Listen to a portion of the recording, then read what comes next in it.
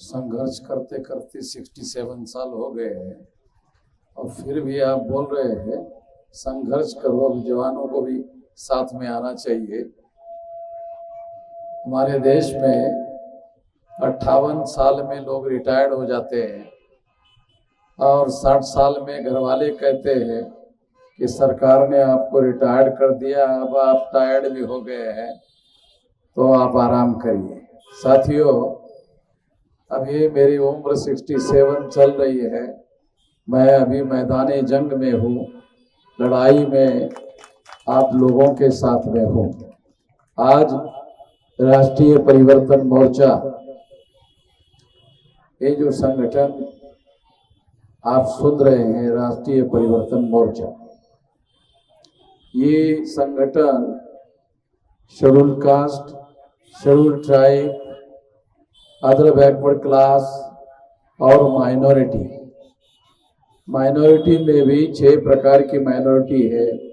मुस्लिम, सिख, ईसाई, बुद्धिस्ट, जैन, लिंगायत, इस तरह के 6 प्रकार की माइनॉरिटीज के लोग हैं देश भर में, जिनके लिए हम लोग लड़ाई लड़ रहे हैं। तो इस तरह के लोग SC, ST, OBC और माइनॉरिटी के लोगों ने मिलकर इस देश में अलग अलग राज्यों में, अलग अलग प्रदेशों में लगभग 83 पार्टियां बनाई हैं।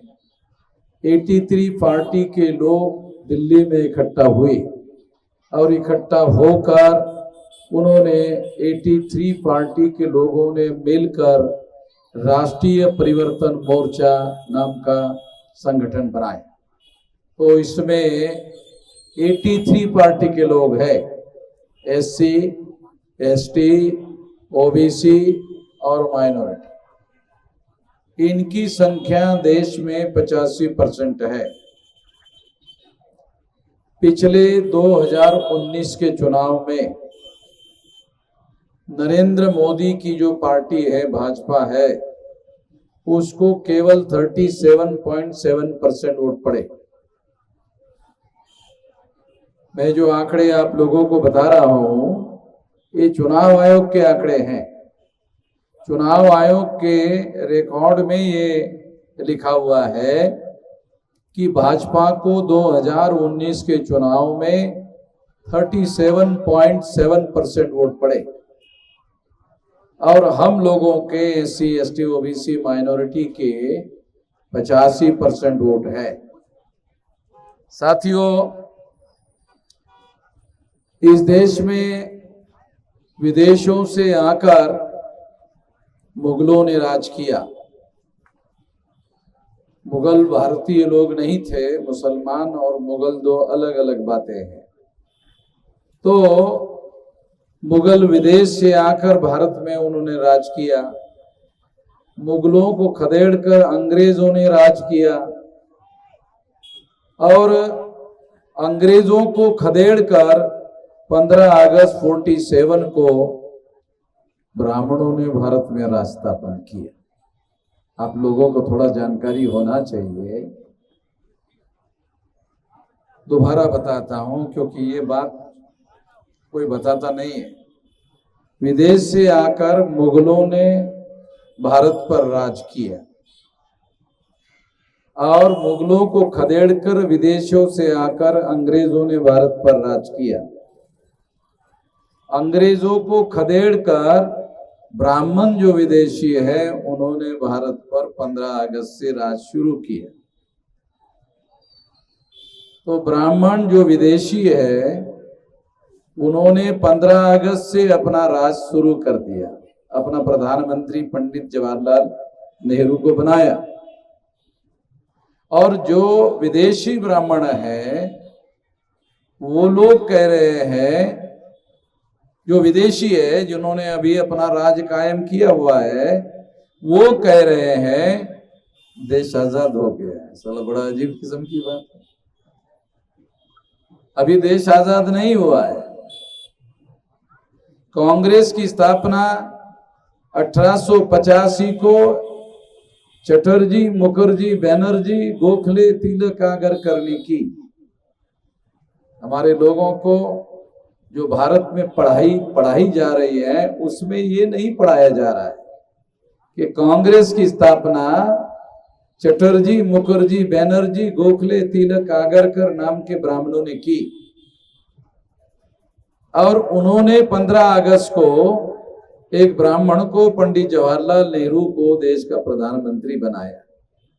ये नहीं पढ़ाया जाता है, ये नहीं बताया जाता है। तो इसलिए ये बात मैं आप लोगों को बता रहा हूं, ये बात हम लोगों को समझना होगा कि कांग्रेस की स्थापना चटर्जी, मुखर्जी, बैनर्जी नाम के ब्राह्मणों ने की, गोखले, तिलक, आगरकर नाम के ब्राह्मणों ने की। दूसरी बात,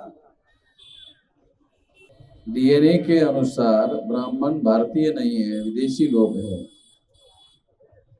तो हम लोग क्या करते हैं, जो विदेशी लोगों का संगठन है उन लोगों की संख्या देश में 3.5% है।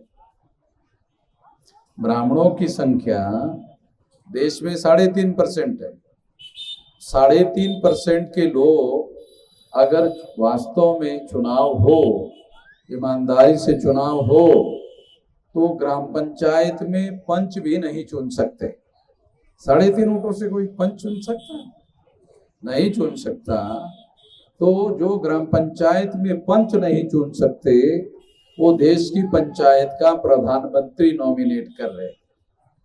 ये जो नरेंद्र मोदी है, ये नरेंद्र मोदी पिछड़े वर्ग का है, ऐसा ब्राह्मण लोग, बीजेपी के, आरएसएस के लोग प्रचार करते हैं कि पिछड़े वर्ग का है, ओबीसी का है। पिछड़े वर्ग में नरेंद्र मोदी की जाति तेली जाति की है, ऐसा मैं जब गुजरात में जाता हूं तो गुजरात के मेरे भाई लोगों ने, केवल तेली जाति के लोगों ने मुझे बताया कि वो हमारे जाति का है, तेली जाति का है। तो मनुस्मृति में लिखा हुआ है, ब्राह्मणों का लिखा हुआ ग्रंथ है मनुस्मृति, कि अगर तेली का मुख देख लिया ब्राह्मण ने तो शाम को उसको नहाकर शुद्ध होना पड़ता है।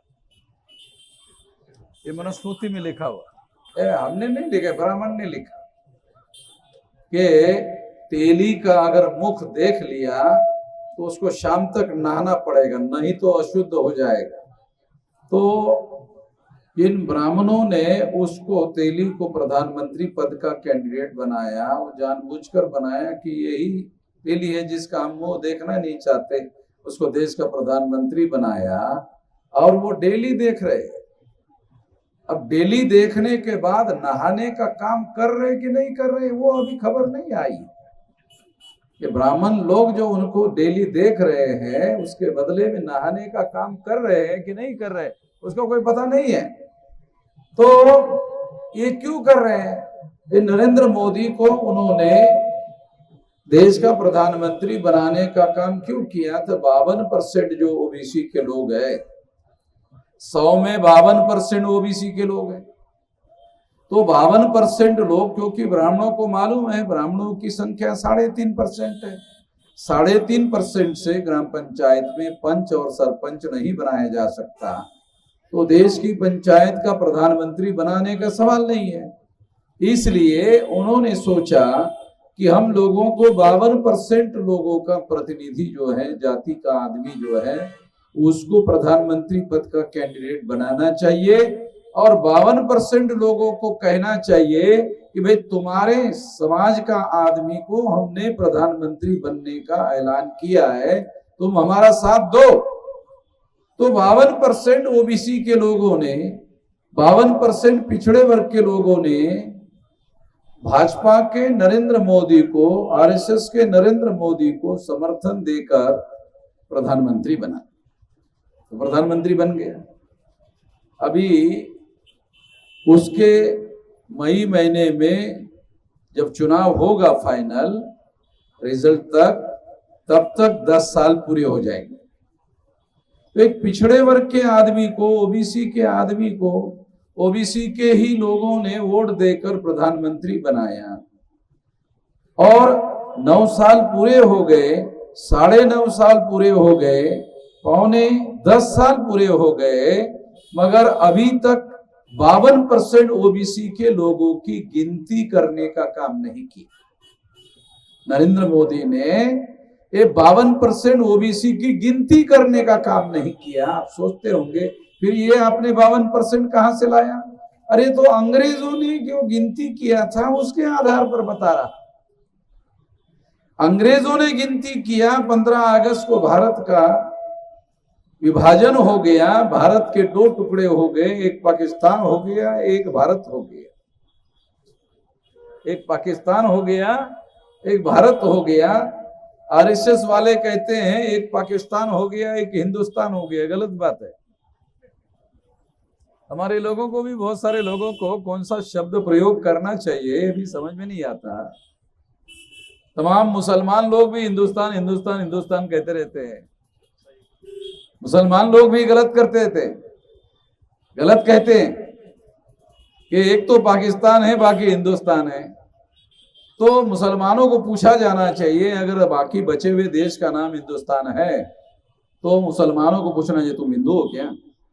तो नहीं है, हिंदू तो नहीं है, फिर कौन हो? ये मुसलमान। अगर तुम मुसलमान है तो फिर ये सारे देश का नाम, जिसमें तुम्हारी संख्या 15% है, सारे देश को हिंदुस्तान हिंदुस्तान क्यों कह रहे हो?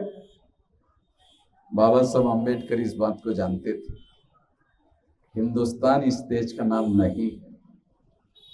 बाबा साहब अम्बेडकर इस बात को जानते थे, इस देश का नाम हिंदुस्तान नहीं है। इसलिए बाबा साहब अम्बेडकर को जब संविधान लिखने का मौका मिला तो उसने पहला लाइन लिखा, पहली line, India that is a Bharat, India that is a Bharat. इसलिए कह रहा हूं हमारे देश का नाम हिंदुस्तान नहीं है, हमारे देश का नाम भारत है। भारत क्यों है? क्योंकि इसमें एससी, एसटी, ओबीसी, माइनॉरिटी, ब्राह्मण, क्षत्रिय, वैश्य सारे लोग मिलकर रहते हैं, तो भारत है।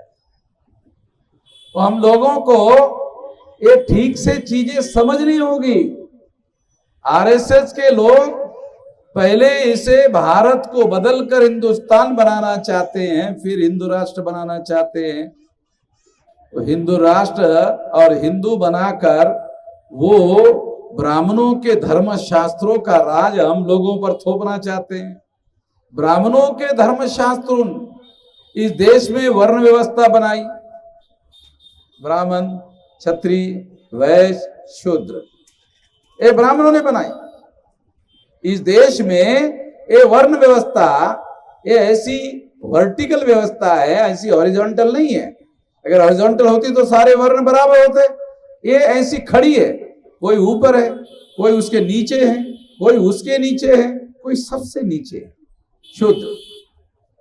तो ये 4 वर्ण की व्यवस्था, देश को विभाजित करने वाली व्यवस्था ब्राह्मणों ने बनाई। ये ध्यान रखो। जब ब्राह्मण कहते हैं हिंदू मुसलमान, तो इसका मतलब है वो देश को विभाजित करने का षड्यंत्र कर रहे हैं।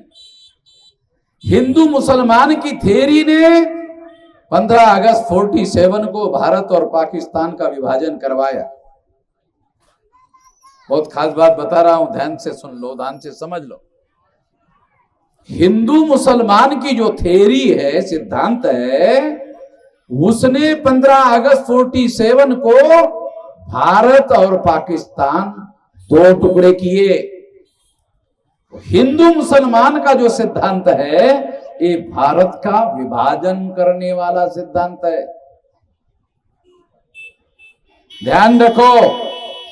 और इसीलिए बाबा साहब अम्बेडकर ने संविधान के पहले लाइन में लिखा, India that is a Bharat. तो भारत में रहने वाले लोग जो है वो हिंदुस्तानी नहीं, भारतीय लोग हैं। ये ध्यान रख करके हम लोगों को विचार करना चाहिए, व्यवहार करना चाहिए और अपना काम करना चाहिए।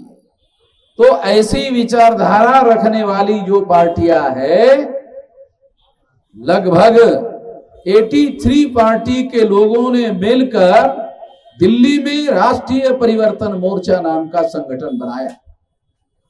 ये राष्ट्रीय परिवर्तन मोर्चा शेड्यूल कास्ट के लोगों का है। शेड्यूल कास्ट में भी 803 जातियां है। ये भी हमारे लोगों को मालूम होना चाहिए। शेड्यूल कास्ट में बहुत बड़े पैमाने पर, शेड्यूल कास्ट में बहुत बड़े पैमाने पर schedule caste, schedule tribe, other backward class और माइनॉरिटी, इन लोगों की 6000 जातियां है और इन लोगों ने 6000 जाति के टुकड़ों में हमारे लोगों को बांटा। तो हम लोगों को ये समझना होगा कि जिन लोगों ने हम लोगों को 6000 जाति के टुकड़ों में बांटा, ब्राह्मण हम लोगों को कहते थे कि अंग्रेजों ने हिंदू मुसलमान 2 टुकड़ों में बांटा। मैं आपको बताना चाहता हूं, अगर अंग्रेजों ने हिंदू मुसलमान 2 टुकड़ों में बांटा था तो ब्राह्मणों ने 6000 जाति के टुकड़ों में बांटा। आप अंग्रेजों को गलत कहते हो, मैं भी कहता हूं अंग्रेज गलत थे, तो उन्होंने हिंदू मुसलमान 2 टुकड़ों में बांटा, गलत थे। मगर ब्राह्मणों ने हम लोगों को, मूल निवासियों को 6000 जाति के टुकड़ों में बांटा। तो इन लोगों ने 6000 जाति के टुकड़ों में बांटा। 2 टुकड़ों में बांटने वाले लोग घटिया लोग थे और 6000 टुकड़ों में बांटने वाले लोग महाघटिया है।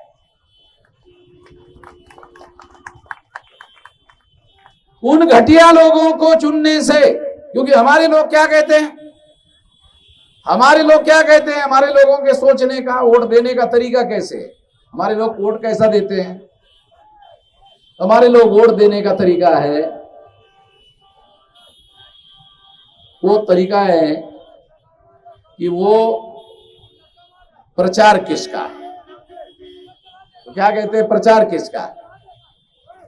तो जिनके पास काला धन है वो कांग्रेस के पास है, बीजेपी के पास है, कई राज्यों में कांग्रेस की सरकारें हैं, केंद्र में बीजेपी की सरकार है, तो इनके पास काला धन है। काला धन समझते हो क्या, काला धन समझते हैं? ये जो नोट है आपको बताता हूं, थोड़ा आपको समझ में आ जाए इसलिए बताता हूं। ये नोट काला है क्या? नहीं है ना। तो जो पैसा है उसका रंग काला होता है, इसलिए उसको काला धन कहा। नहीं, गलत बात है। काला धन, उसका अर्थ काला धन का काला नोट नहीं होता है। काला धन किसको बोलते हैं? जो धनवान लोग हैं, जिस धन पर टैक्स नहीं देते हैं और पैसा छुपा कर रखते हैं, उसको कहते हैं काला धन।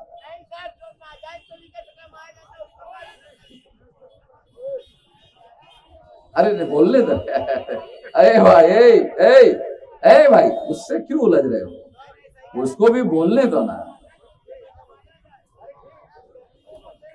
अरे तुम आपस में क्यों बोल रहे हो? बोलने दो ना, उसको भी तो बोलने का मौका चाहिए था।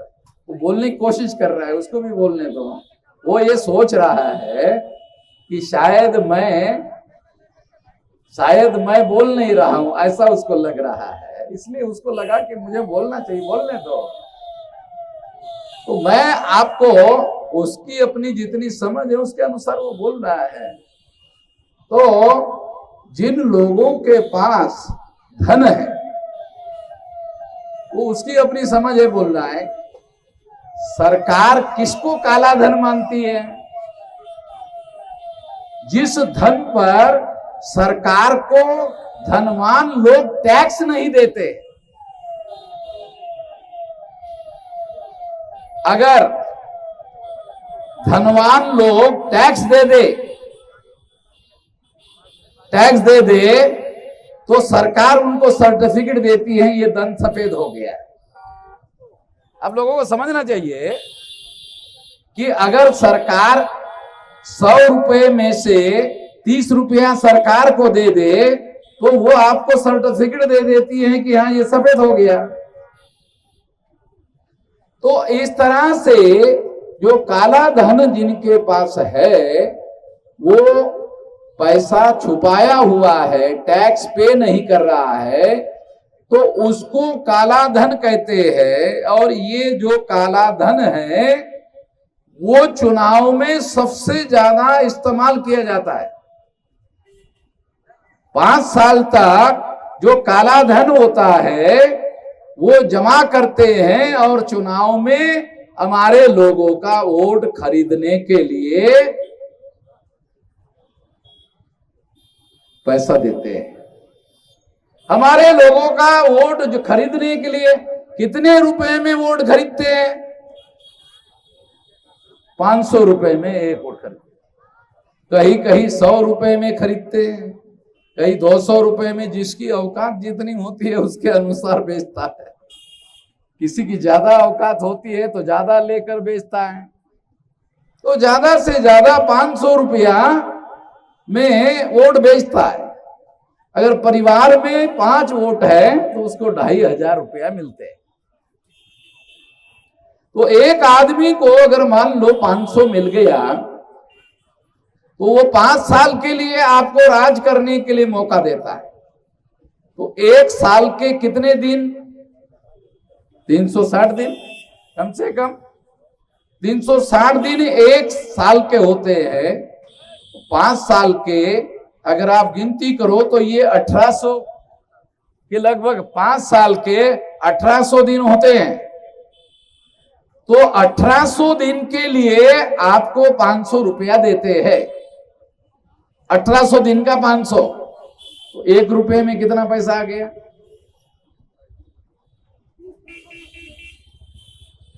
तो इसका मतलब ये है कि आपको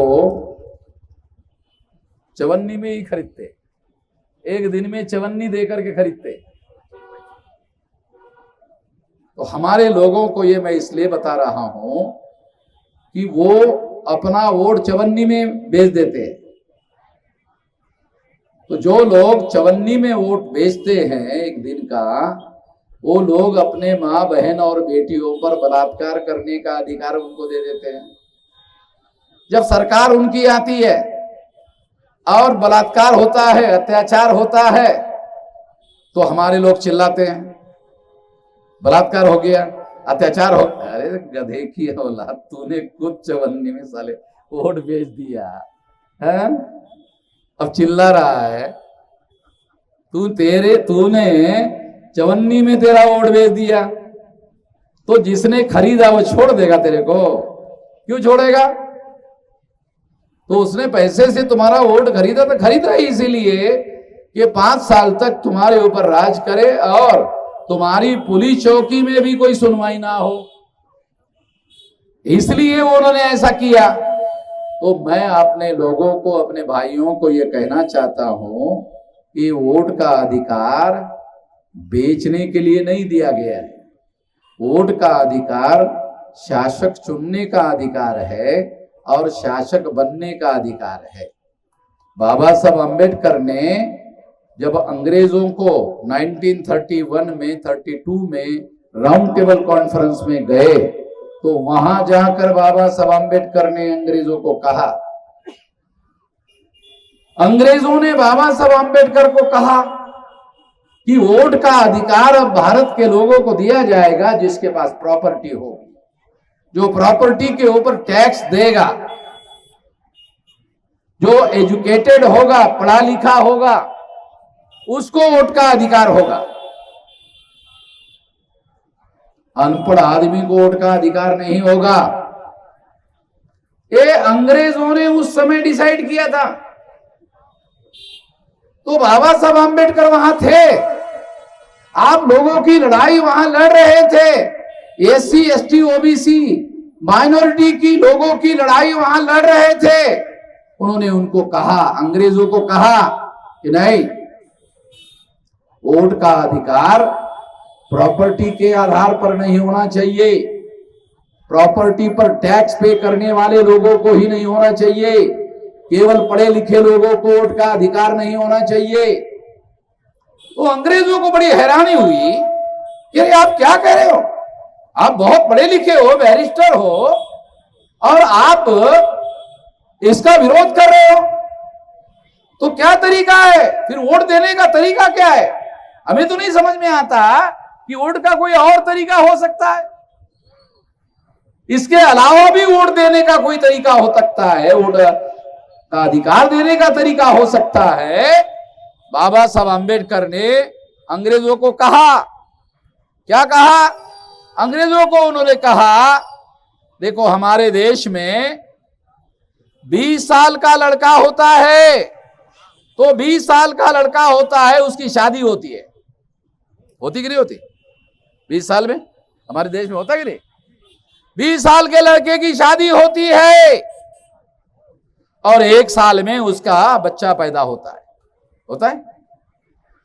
वो 21 साल में उसका बच्चा पैदा होता है, वो बाप हो जाता है। जो नौजवान आदमी 21 साल में बाप बन सकता है, उसको वोट का अधिकार नहीं। जो काम बड़ा काम कर दिया, साला छोटा काम नहीं दे सकते, छोटा अधिकार नहीं दे रहे तुम उसको।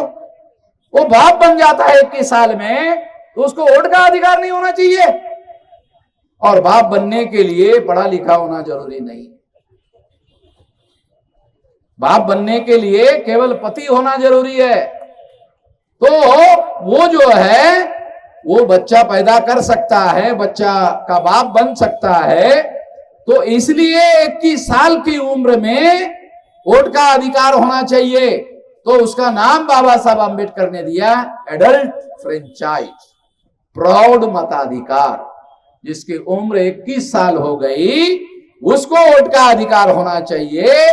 इस सारे देश के लोगों को बाबा साहब आंबेडकर की देन है कि हर 21 साल के व्यक्ति को वोट का अधिकार मिलना चाहिए। गांधी जी इसके समर्थन में नहीं थे, कांग्रेस इसके समर्थन में नहीं थी। इसलिए साथियों, ये लड़ाई हम लोग, जो अधिकार बाबा साहब आंबेडकर ने आपको वोट का अधिकार अंग्रेजों से लड़ झगड़ कर दिया, उस वोट के अधिकार में 2 अधिकार शामिल है। एक अधिकार शामिल है कि आप शासक को चुन सकते हैं, और एक अधिकार है शासक बन सकते हैं। शासक चुन सकते हैं, शासक बन सकते हैं। तो साथियों, 84 तक हमारे लोगों ने 1950 को संविधान लागू हुआ और हर 21 साल के व्यक्ति को वोट का अधिकार बहाल हुआ। जैसे ही बाबा साहब आंबेडकर को संविधान लिखने का मौका मिला, हर 21 साल के व्यक्ति को, चाहे स्त्री हो चाहे पुरुष हो, अगर उसकी उम्र 21 साल है तो उसको वोट का अधिकार बहाल हुआ। और उस वोट के अधिकार में 2 अधिकार शामिल है, शासक बनने का, शासक चुनने का। तो 84 तक हमारे लोगों ने दूसरे लोगों को शासक चुनने का काम किया, दूसरे लोगों को शासक चुनते रहे। 84 में मान्यवर काशीराम जी ने बहुजन समाज पार्टी बनाई। 84 में मान्यवर काशीराम जी ने बहुजन समाज पार्टी बनाई, और पार्टी बनाकर उन्होंने कहा कि आज तक आप दूसरों को शासक चुनते रहे, मगर अब हम लोग दूसरों को शासक नहीं चुनेंगे। हम अपने लोगों को शासक बनाने के लिए बहुजन समाज पार्टी हमने बनाई। और काशीराम जी ने पूरा ताकत लगाकर मायावती को 4 बार उत्तर प्रदेश का मुख्यमंत्री बनाया। काल्पनिक बातें नहीं कह रहा हूं, 4 बार मायावती को मुख्यमंत्री बनाया। उसके पहले हमारे लोग क्या सोचते थे? शासक बनना हमारा काम नहीं। हमारे लोग क्या सोचते थे? नहीं, शासक बनना हमारा काम थोड़ी है, शासक बनना हमारा काम नहीं है, ऐसा हमारे लोग सोचते थे। जब हमारे लोग ऐसा सोचते थे कि शासक बनना हमारा काम नहीं है, उस समय लोगों के सोच में बड़ा बदलाव लाने का काम उन्होंने किया और उत्तर प्रदेश का मुख्यमंत्री बनाने का काम किया। और जब तक काशीराम जी जीवित रहे, आप लोग सुनकर हैरान हो जाओगे, जब तक काशीराम जी जीवित रहे सारे देश के पत्रकार उनका नाम प्रधानमंत्री पद के लिस्ट में रखते थे कि हाँ एक नाम ये भी है, बने ना बने मगर उनका नाम प्रधानमंत्री पद के कैंडिडेट के लिए हर बार उनका नाम जो है चर्चा में हुआ करता था। यानी उनको मालूम था कि काशीराम जी को केवल थोड़ा मौका मिलना जरूरी है, अगर मौका मिल जाता तो उनको प्रधानमंत्री बनने से कोई नहीं रोक लगा सकता था। तो निश्चित रूप से ये काम काशीराम जी के द्वारा इस देश में हुआ। कौन सा? हमारे लोग भी प्रधानमंत्री बन सकते। इतना बदलाव बने नहीं है, मगर ऐसा विचार हमारे लोगों के दिमाग में आया कि जब उत्तर प्रदेश जैसा प्रदेश, जिस प्रदेश में 85 लोकसभा की सीटें चुनकर जाती है, 543 लोकसभा की सीटें हैं देश में टोटल, उसमें अकेले उत्तर प्रदेश की 85 सीटें चुनकर जाती थी और इसी के आधार पर उत्तर प्रदेश का प्रधानमंत्री बन जाता था। नरेंद्र मोदी को भी प्रधानमंत्री बनना था, गुजरात छोड़कर वाराणसी चुनाव जीतने के लिए आए। प्रधानमंत्री बनना था तो गुजरात छोड़कर वाराणसी चुनाव जीतने के लिए आया, लड़ने के लिए आया और फिर वो प्रधानमंत्री बना हुआ है और तीसरी बार प्रधानमंत्री पद की रेस में शामिल है। नरेंद्र मोदी तीसरी बार प्रधानमंत्री रेस में शामिल है। तीसरी बार बनने की मुझे संभावना नजर नहीं आती। नरेंद्र मोदी तीसरी बार प्रधानमंत्री बनेंगे ऐसा लग नहीं रहा है। ऐसा तो नरेंद्र मोदी को भी नहीं लग रहा है। वो उनके जो भाषण अगर आप लोग सुनोगे तो आपको पता चलेगा कि उनको प्रधानमंत्री बनने के लिए जो कॉन्फिडेंस रहे, पहली बार था, दूसरी बार था, अभी उनकी भाषणों में ऐसा कोई मामला दिखाई नहीं देता है। वो 400 की बात करते हैं। देखो मैं आपको बताना चाहता हूं कि लोकसभा के 2019 के चुनाव में बीजेपी को 303 सीटें मिली। क्यों मिली जानते हो? विरोधी पार्टी के लोग सारे के सारे अलग अलग चुनाव लड़ रहे थे। सारी विरोधी पार्टी के लोग अलग अलग चुनाव लड़ रहे थे और इस वजह से नरेंद्र मोदी को 303 सीटें मिली। जब 303 सीटें मिली उसके बाद 2019 के बाद क्या हुआ? अपोजिशन पार्टी के लोगों ने समीक्षा की और पता चला कि हम अलग अलग चुनाव लड़ने की वजह से नरेंद्र मोदी ने चुनाव जीता। तो नरेंद्र मोदी को वोट पड़े 37.7% और उनके विरोधी पार्टी के लोगों को वोट पड़े 62.3%। इतने वोट उनको पड़े। तो 62.3% लोगों ने क्या किया? सारे पार्टी विरोधी इकट्ठा आ गए। सारे विरोधी पार्टी के लोग इकट्ठा आ गए। जिनके पास 62.3% वोट है वो सारे के सारे लोग इकट्ठा आ गए। अब लड़ाई है 37.7% वर्सेस 62.3% के बीच में लड़ाई। तो नरेंद्र मोदी के चुनाव जीतने की संभावना नहीं। मैं कोई काल्पनिक बातें नहीं कह रहा हूं, ये जो चुनाव आयोग के जो आंकड़े है ना उसके आधार पर। इसीलिए नरेंद्र मोदी की जो फौज है वो चुनाव के पहले ही हारी हुई मानसिकता से चुनाव नहीं जीता जा सकता। तो नरेंद्र मोदी को लगा कि हमारी जो फौज है वो हारी हुई मानसिकता में है, इसलिए नरेंद्र मोदी ने 400 पार का नारा लगाया। अरे 300 पार नहीं हो सकता। मैं तो कहता हूं 150 पार नहीं हो सकता। जो मेरा अपना तजुर्बा है, अनुभव है, 150 पार नहीं हो सकता। वो उन्होंने नारा लगाया 400 पार का, तो 400 पार के लिए उनको 50% से ज्यादा वोट लेना पड़ेगा। वोट उनके पास 37.7% है और 10 साल का राज हो चुका है। भारत में 10 साल अगर कोई राज करता है तो उसके बाद वो जनता ऊब जाती है, वो जनता ऊब जाती है। तो नरेंद्र मोदी का चेहरा देखते देखते भी लोग अब ऊब गए। अब लोग सोचते हैं चाहे कुछ भी हो जाए बदल दो। वैसे भी कोई बीजेपी की जगह कांग्रेस आ जाए, कांग्रेस की जगह बीजेपी आ जाए, कोई साला फर्क तो पड़ने वाला नहीं है। हम लोगों को अपनी रोजी रोटी जो है अपनी लड़ाई लड़कर ही हम लोग कामयाब हो सकते हैं। तो इसलिए मैं आप लोगों को ये बात उदाहरण देकर समझा रहा हूं कि हम लोगों को इस लड़ाई में, इस मैदान में हम क्यों है, तो उसका उदाहरण देकर बताना चाहता हूं।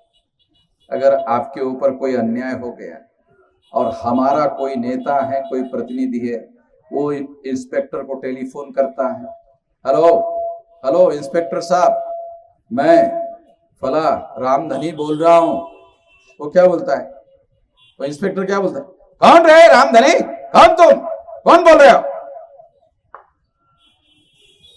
तो फिर वो दोबारा बोलता रामधनी, वो पिछले लोकसभा के चुनाव में मैं लड़ा था तो मुझे 50,000 वोट पड़े थे, ऐसा कहता है दोबारा।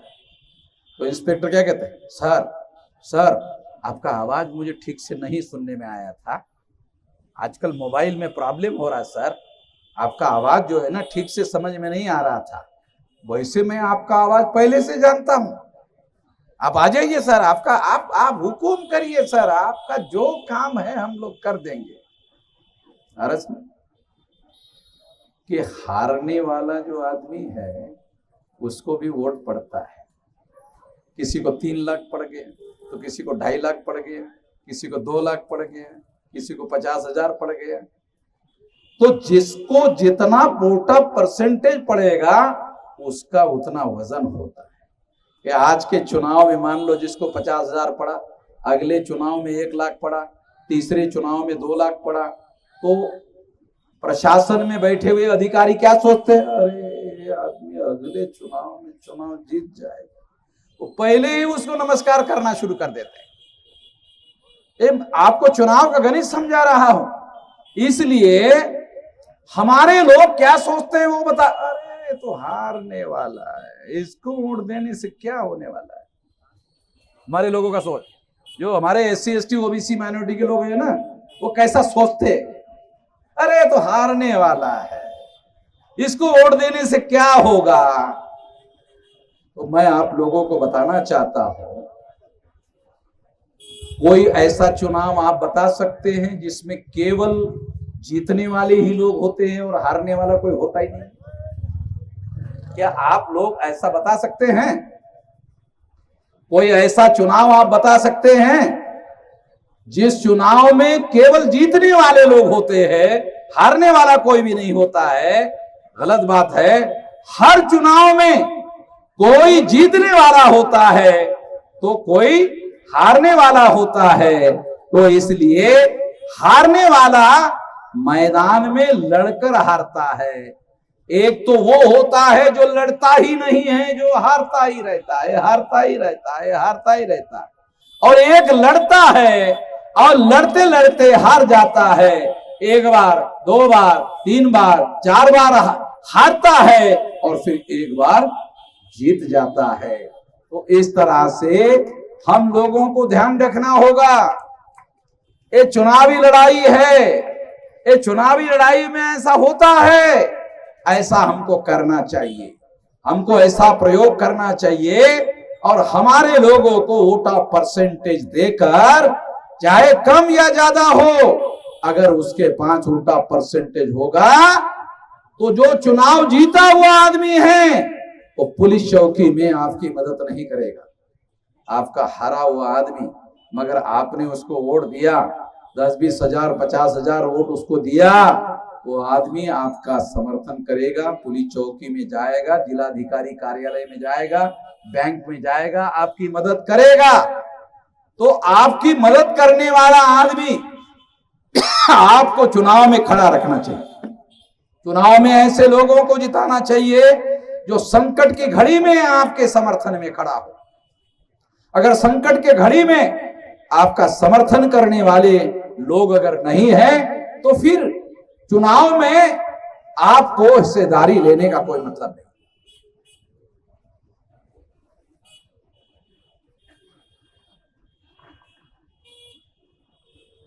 साथियों, हम लोग आउट ऑफ 543 32 राज्यों में 200 लोग चुनाव लड़ रहे हैं। आप लोग सोचते होंगे केवल यहां कानपुर में लड़ना है। टोटल देश में 36 स्टेट है, 36 में से 32 राज्यों में 200 लोकसभा की सीटें लड़ रहे हैं। तो इसका मतलब है एक कांग्रेस पार्टी है जो 500 सीटें लड़ रही है, एक बीजेपी है वो भी 500 सीटों के लगभग सीटें लड़ रही है। तीसरे नंबर की पार्टी केवल हमारी है, 200 सीटें लड़ रही है, और कोई भी पार्टी 200 सीटें नहीं लड़ रही है हमारे अलावा। मैं आपको रिकॉर्ड बोल रहा हूं, चुनाव आयोग के रिकॉर्ड के आधार पर बोल रहा हूं। तो इसका मतलब है चुनाव रिजल्ट जो है वो 4 तारीख को आएगा, आने के पहले ही तीसरा नंबर पर है। रिजल्ट आने के पहले ही तीसरे नंबर पर है। क्यों? पिछले 50 साल से इतना विशाल संगठन हमने खड़ा किया, संगठित शक्ति निर्माण करने का काम किया, और दिल्ली में हमने लाखों लोगों का मोर्चा लेकर गए, चुनाव आयोग पर लाखों लोगों का मोर्चा लेकर गए, ईवीएम की गड़बड़ी को रोकने का काम हमने किया, और ईवीएम के संबंध में पहली लड़ाई लड़ने वाले लोग हम हैं। ईवीएम के द्वारा चुनाव फ्री, फेयर एंड ट्रांसपेरेंट नहीं हो सकता। ये लड़ाई हम लड़ रहे हैं, और हमारी वजह से चुनाव आयोग के लोगों को तमाम समस्याएं फेस करनी पड़ रही है। और विरोधी पार्टी के आज का अखबार अगर आप पढ़ो तो आप लोगों ने फारूक अब्दुल्ला का नाम सुना होगा, जम्मू कश्मीर के 4 बार मुख्यमंत्री रहे हैं। उसका आज बयान है कि अगर हमारी सरकार आई तो आते ही ईवीएम मशीन हटा देंगे। तो आज ईवीएम मशीन का मुद्दा राष्ट्रीय स्तर का मुद्दा अगर बना है तो हमारी वजह से बना। हमने इसको बनाया क्योंकि मशीन के अंदर आपका वोट जाने के बाद उसकी चोरी हो रही है। चुनाव आयोग के लोग ये बात निश्चित रूप से, क्योंकि ये बात जो मैं कह रहा हूं मैं नहीं कह रहा हूं, ये मामला 8 अक्टूबर 2013 को सुप्रीम कोर्ट ने निर्णय दिया, और सुप्रीम कोर्ट ने यह निर्णय में लिखा ईवीएम मशीन के द्वारा फ्री, फेयर एंड ट्रांसपेरेंट चुनाव नहीं हो सकता। ये सुप्रीम कोर्ट का जजमेंट है, ये मेरी बात नहीं है, सुप्रीम कोर्ट कह रही है। इसलिए ईवीएम मशीन के द्वारा free, fair and transparent, free यानी मुक्त चुनाव नहीं हो सकता, भ्रष्टाचार मुक्त चुनाव नहीं हो सकता, फेयर यानी निष्पक्ष नहीं हो सकता, ट्रांसपेरेंट यानी पारदर्शी नहीं हो सकता। ये निर्णय सुप्रीम कोर्ट का है, और इसको किसी अखबार वालों ने खबर नहीं बनाई। मैंने सारे देश भर में इस बात को सारे देश के लोगों को बताया, इस मुद्दे पर सारे देश भर के लोगों को जागृत किया, इस पर भारत बंद करवाने का काम किया, तब जाके इतना बड़ा इशू बना। और इससे क्या हुआ? वोट का अधिकार है, ये वोट का अधिकार आने वाले समय में आपको बैलेट पेपर पर आएगा, और बैलेट पेपर पर आएगा, आने वाले समय में निश्चित रूप से आएगा। ये लड़ाई हम लोग बीच में छोड़ने वाले नहीं है। बैलेट पेपर की लड़ाई हम लड़ते रहेंगे। जब तक बैलेट नहीं आता है ये लड़ाई हम लड़ते रहेंगे और एक दिन निश्चित रूप से ये लड़ाई हम जीतेंगे, यकीन के साथ ऐसे कहा जा सकता है। साथियों, मैं और लंबी बात कहे बगैर आखिरी बात कहना चाहता हूं। हम दूसरों को 1950 से वोट दे रहे, दूसरों को दे रहे। दूसरे लोगों ने हम लोगों का कभी कोई विकास, कोई कल्याण करने का काम नहीं किया। दूसरा, हजारों सालों से जिन्होंने वर्ण व्यवस्था, जाति व्यवस्था बनाई और हम लोगों को दबा कर रखा, नीच बना कर रखा और 6000 जाति के टुकड़ों में बांट कर रखा, गुलाम बना कर रखा, उनकी पार्टियों को वोट देने से हमारा दुश्मन ताकतवर होता है। कोई भी समझदार आदमी अपने दुश्मन को ताकतवर नहीं बनने देगा। कोई भी समझदार आदमी, पढ़ा लिखा हो, अनपढ़ हो, कोई भी हो, कोई भी समझदार आदमी अपने दुश्मन को ताकतवर नहीं बनाएगा, क्योंकि दुश्मन जब ताकतवर बनता है तो वो आपको रगड़ने का काम करेगा। तो ये तो कोई समझदारी की बात हुई नहीं। इसलिए मैं ये आखिरी बात आपको कह रहा हूं कि आप सोचते होंगे कि ये जो कैंडिडेट यहां पर खड़ा है, ये कैंडिडेट को वोट देने से तो ये कैंडिडेट तो हार जाएगा। हो सकता है हार जाएगा, मगर तुम पहले से हार जाएगा ऐसा कहकर क्यों सोचते हो? Schedule caste, schedule tribe, backward class और माइनॉरिटी, इन सब लोगों के वोट 85% है। जब 100 में 85% वोट है और 37.7% वोटों से मोदी प्रधानमंत्री बना, तो हमारे जब इतने परसेंटेज वोट है तो हम लोग क्यों कह रहे हैं कि हमारा आदमी चुनाव हार जाएगा? हमको तो ऐसा नहीं कहना चाहिए। हमको ये कहना चाहिए हमारे वोट ज्यादा है इसलिए हमारा ही कैंडिडेट जीतेगा, और हमारा ही कैंडिडेट जीतेगा तो हमारे जीतने वाले कैंडिडेट को ही हम लोगों को पूरी ताकत के साथ वोट देना चाहिए। और अगर आप ऐसा करते हो तो आप चुनाव के पहले भी जीत सकते हो और चुनाव के बाद भी जीत सकते हो। हमारा कैंडिडेट चुनाव जीते तो भी आपकी लड़ाई जीत जाएगी। हमारा कैंडिडेट अगर हार गया तो भी हम आप लोगों की लड़ाई छोड़ने वाले नहीं। ये लड़ाई हमारी जारी रहेगी और तब तक जारी रहेगी जब तक हमारे लोगों की मुकम्मल आजादी हासिल नहीं होती। जो लोग ऐसा कहते हैं कि 15 अगस्त 47 को देश आजाद हो गया, मैं नहीं मानता। मुगल विदेशी थे, चले गए, अंग्रेज विदेशी थे, चले गए, ब्राह्मण विदेशी है, अभी भी है।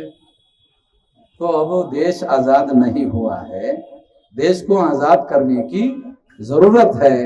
तो हमारी आजादी की जंग जारी रहेगी। इस आजादी की जंग के लिए हम ये चुनाव लड़ रहे हैं। आप साथ सहयोग करोगे, सफलता के लिए आप मदद करोगे, इस आशा और विश्वास के साथ आपने मेरी बात ध्यान से सुनी, इसके लिए आभार, धन्यवाद।